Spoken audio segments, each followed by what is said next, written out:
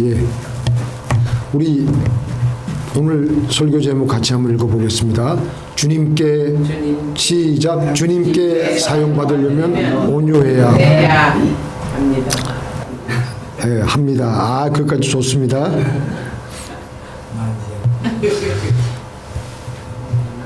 먼저 말씀 증거하기 전에 저희가 어저께 새벽 기도를 하면서 바로 그 시간에는 한국에서 엄청난 대형 사고가 일어나게 된 것을 우리가 참으로 안타깝게 여기게 됩니다. 얼마나 그 부모들이 다 저희 세대보다 조금 나이가 어리든지 저희 세대인 것 같습니다. 부모들이 요즘은 자식들을 그렇게 많이 놓지 않아서 자식들이 하나 아니면 둘인데 그 생때와 같은 자식들, 특별히 여성들이 더 그 여자 아이들이 20대 여성 그 아이들이 더 많이 희생이 됐다고 합니다. 거의 한 96, 7명, 그리고 남자 아이들은 보니까 한 57명 뭐 그렇게 돼가지고 거의 여자아이들이 한 2배 정도 더 숫자가 늘어나고, 저는 처음에 그 소식을 들었을 때 무슨 축구장도 아니고 무슨 스탠드 펜스가 무너졌나 그런 걸로 생각을 했는데 그게 아니더라고요. 보니까 엄청난 그 대형 사고가 난 것을 우리는 제가 어저께 보면서 참 너무나도 가슴이 아픈 것을 다시 한번 유족들이 하나님의 많은 위로를 받았으면 하는 마음으로 제가 말씀을 증거하겠습니다. 하나님은 지금도 하나님의 사람들을 빚어가고 있었습니다. 그것은 어떤 한순간에 갑자기 되는 것이 아니라 어떤 한 사람의 전 인생을 두고 서서히 이루어가고 있습니다. 그 예레미야 18장 6절에 보니까 여호와의 말씀이니라 이 토기장이가 하는 것 같이 내가 능히 너희에게 행하지 못하겠느냐. 이스라엘 족속아, 진흙이 토기장이의 손에 있음같이 너희가 내 손 안에 있느니라.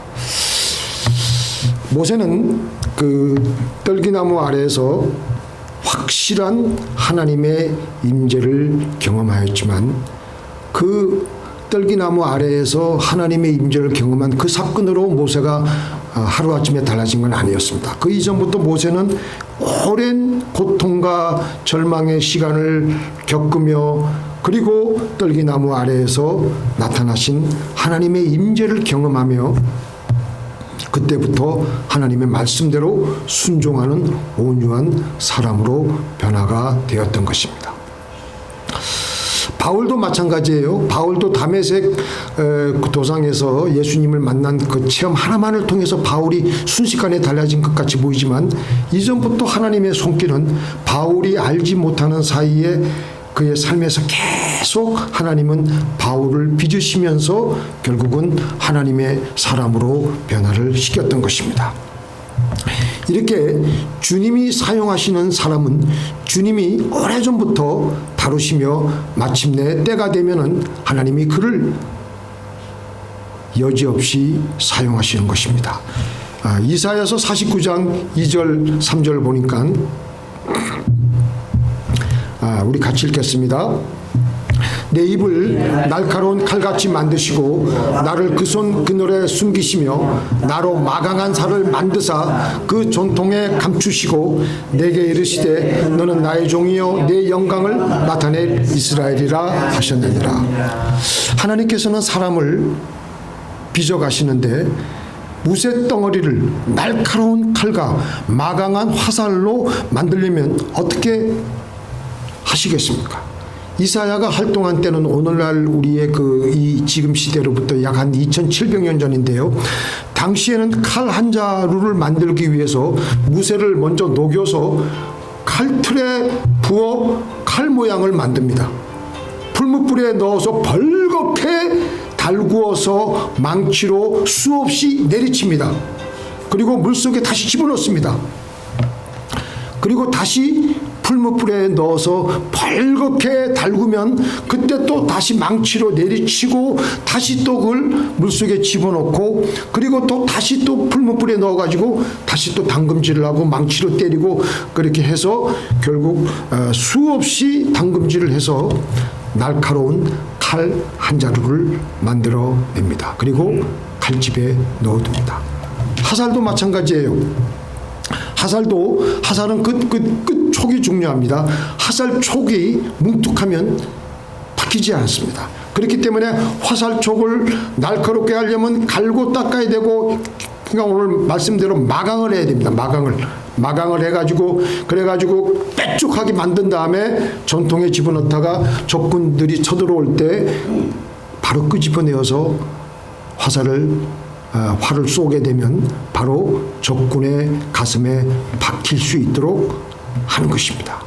하나님이 우리를 사용하시기 위해서 우리를 어떻게 변화를 시키느냐면, 어떤 상태로까지 변화시키느냐면요, 하나님이 하라고 하면 그대로 하는, 바로 그런 사람이 온유한 사람이라는 것입니다. 온유한 사람으로 빚으시고 나서 하나님은 하나님의 전통에 가만히 놓아두었다가 때가 되면은 그를 들어서 마음껏 사용하시는 것입니다. 사실 하나님께서는요, 모든 것의 주인이시며 창조주이시며 무한한 지혜와 권능이 있으시기 때문에 무엇 하나 부족한 것이 없으시기 때문에 우리의 도움이 사실 필요하지 않습니다. 그런데도 하나님께서는 우리 택한 사람들을 통해서 일을 하시기를 원하시기 때문에 우리를 지금도 빚어가시고 훈련시키십니다. 그리고 때가 되면은 우리를 여지없이 사용하시는 것입니다. 그렇게 해서 오직 주님께 훈련받은 사람, 온유한 사람, 그러한 사람만을 하나님은 사용하시며 그를 통해서 역사하십니다. 이 온유한 복은 예수님이 말씀하신 8복 중에 세 번째 복이, 이 세 번째 복인데요. 그 전에 어떤 복들이 나오냐면요, 심령이 가난한 자의 복, 그리고 애통하는 자의 복, 그리고 온유한 자의 복이 있습니다. 먼저 온유한 자의 복을 받기 전에 예수님께서는 심령이 가난한 자의 복, 그리고 애통한 자의 복을 먼저 말씀하셨습니다. 그 이유가 있는데요, 그 첫 번째 복은 심령이 가난해져야 된다라고 말씀하십니다. 하나님의 거룩하심 앞에서 하나님의 명령들을 지키는 데 있어서 우리가 얼마나 무능하고 우리가 얼마나 추악한지, 도저히 우리가 십계명을 보면, 제대로 우리가 십계명을 비추어서 나 자신을 보면요, 누구 하나 이 말씀에 이 십계명을 제대로 지킬 수 있는 사람은 한 사람도 없습니다. 그렇기 때문에 우리의 이런 상태를 깨닫게 되면 우리는 가난한 마음을 가질 수밖에 없습니다. 그리고 또 우리의 존재가 얼마나 한순간에 지나가는 찰나적인 인생들입니까?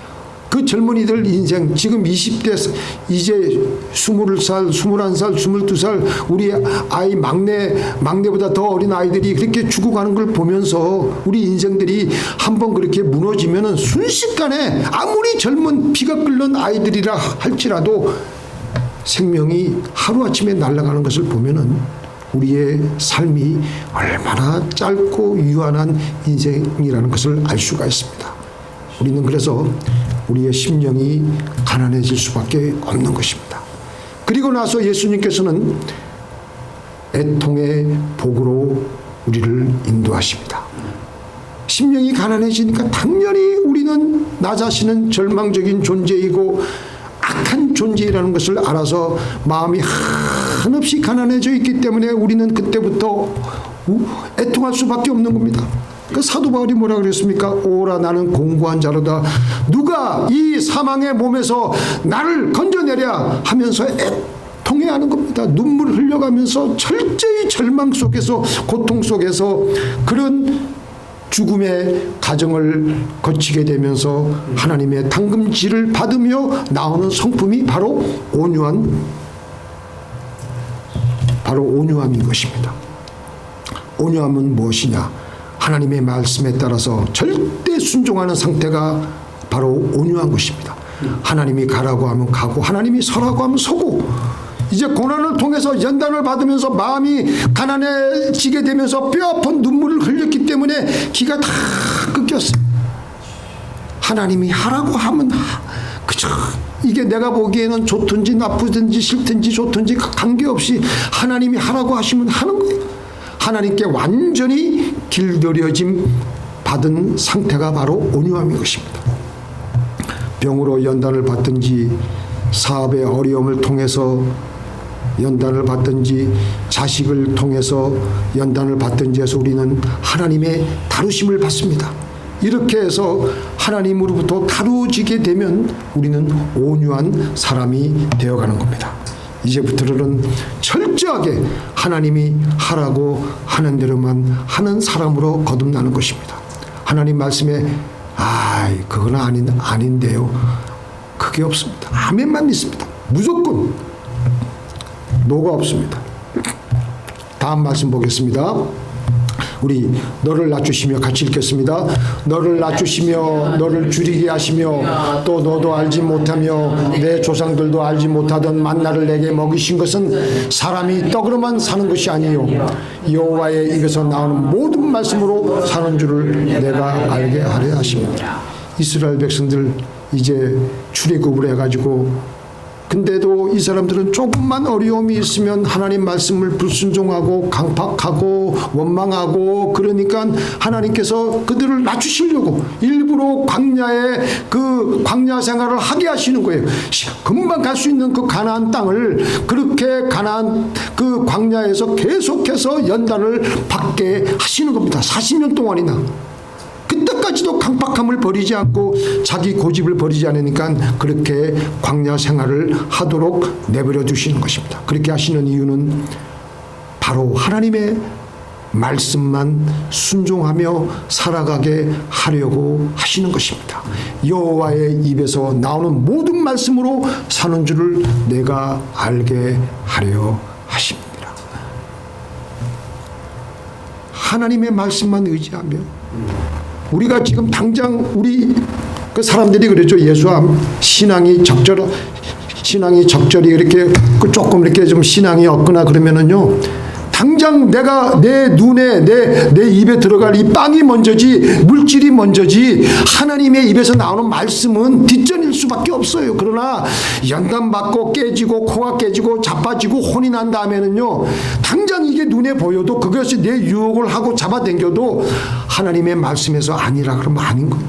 그것이 나를 살리는 것인 줄 알기 때문에 이렇게 하나님께 길들여진 상태가 바로 온유한 상태인 것입니다.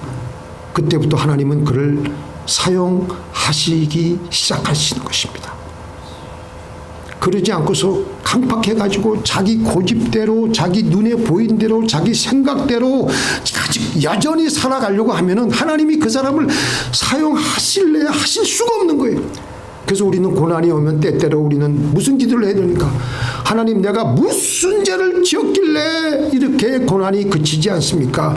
내가 뭘 불순종했길래 내가 언제 하나님의 말씀에 아멘하지 않고 내 마음대로 살았던가. 그래서 제가 새벽에 기도할 때 하나님이 이런 기도를 하게 해주시더라고요. 하나님 내가 듣고 싶어하는 말씀만을 듣게 하지 말게 하옵시고 하나님께서 나에게 정말 하시고자 하시는 말씀을 내 귀에 들릴 수 있도록 하나님 도와주시옵소서. 내 귀를 열어주시옵소서.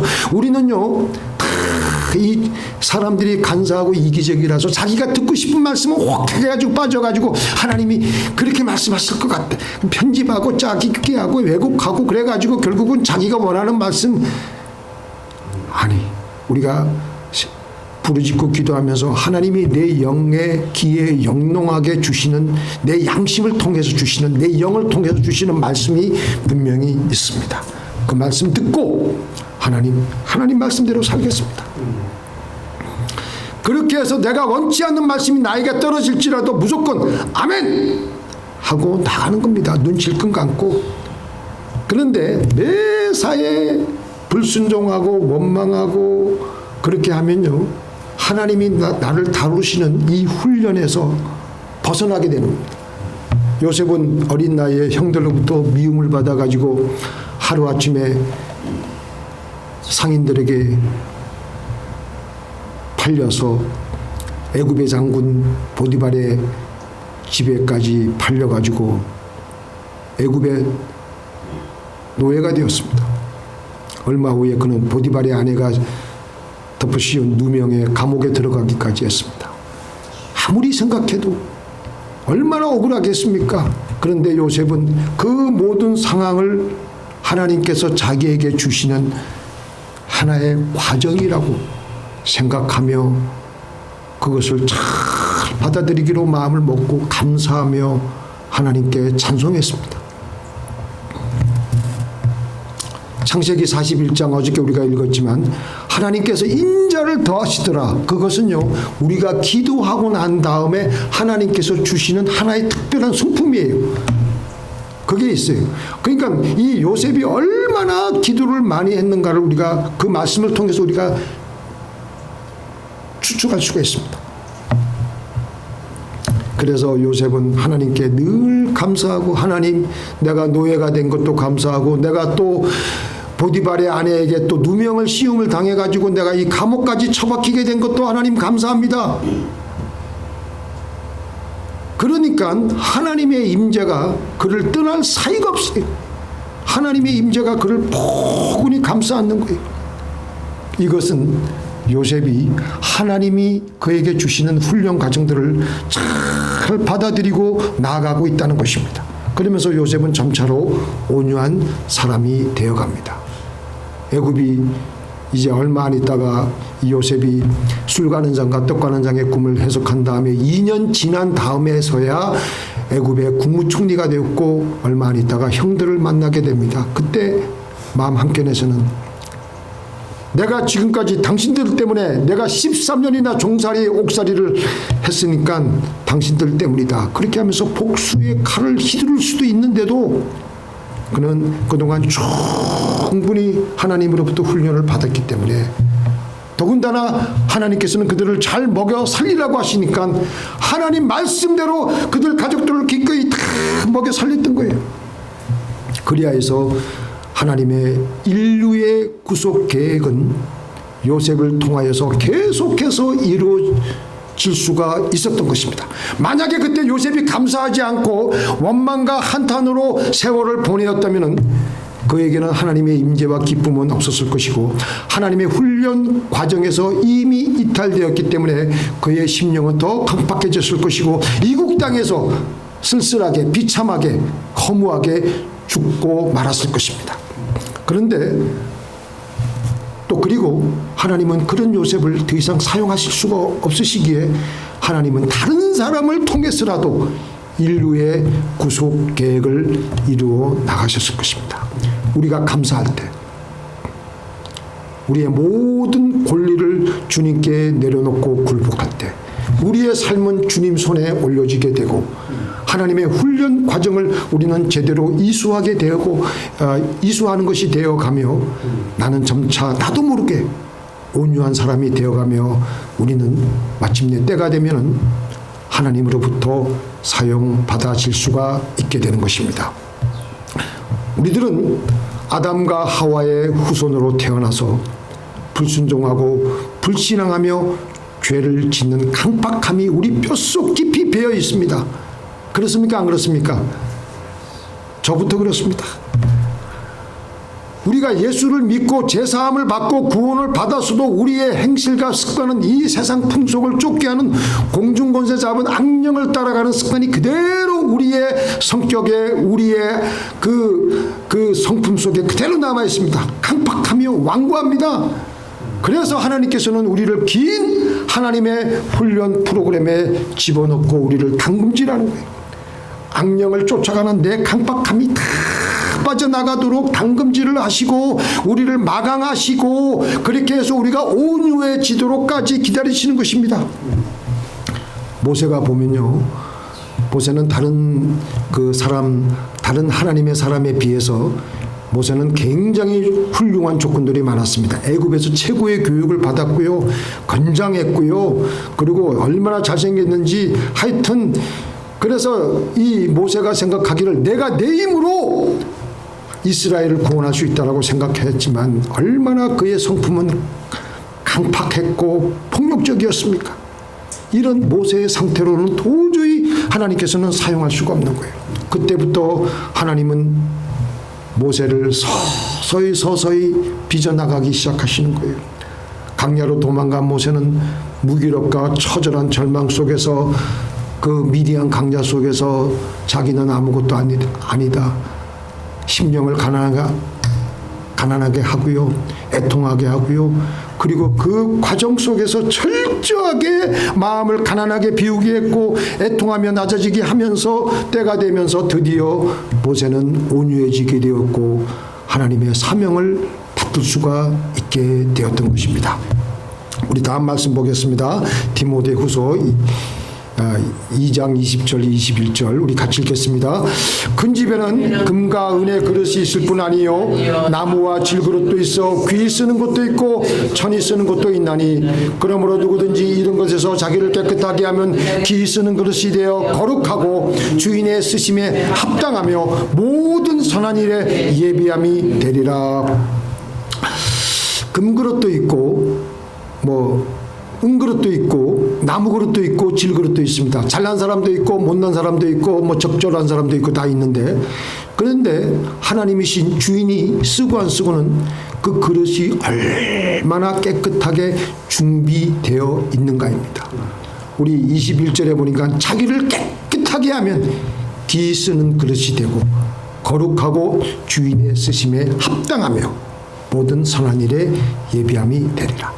깨끗한 상태, 주석가들이 여러 가지 많은 것들을 많이 달았는데 저는 기도하면서 깨끗한 상태는 자기의 주권을 완전히 주님께 맡긴 상태, 주님이 하라고 하면 하는 대로 하는 상태입니다. 더러운 상태는요, 마음이 주님께 가 있지 못하고 자기 마음대로 살아가는 사람, 아무리 그 사람이 유능하고 잘나도 하나님은 그를 사용할 수가 없는 겁니다. 언제든지 주님이 가라고 하면 가고 서라고 하면 서는 사람. 지금 우리가 겪고 있는 모든 일들은 다 우리에게 허락하신 하나님의 훈련 과정입니다. 하나님의 훈련을 잘 받아서 하나님의 손에 굴복하든지 아니면 아직도 내 삶에 펼쳐지고 있는 일들을 원망하며 불평하며 자기 연민에 빠져서 두려움과 불안 속에서 살면서 하면요, 하나님의 훈련 과정에 우리는 이탈할 수밖에 없는 것입니다. 우리의 선택입니다. 우리의 삶에서 모든 일들을 통해서 하나님께서 나에게 주시는 훈련 과정인 줄 알고 우리는 때로는 이해하기 힘든 일이 있어도 부르짖고 기도하면서 감사하며 찬양하면 우리도 모르는 사이에 온유한 사람이 되어갈 줄 믿습니다. 자, 기도하시겠습니다. 전능하신 하나님, 우리 여기 계신 분들 다 이제는 60이 넘었습니다. 이제 인생 후반전을 살아갈 수밖에 없습니다. 하나님, 우리를 써주시옵소서. 우리를 써주시기 전에 먼저 하나님, 우리가 온유한 상태로 하나님이 하라고 하면 하는, 하나님이 서라고 하면 서는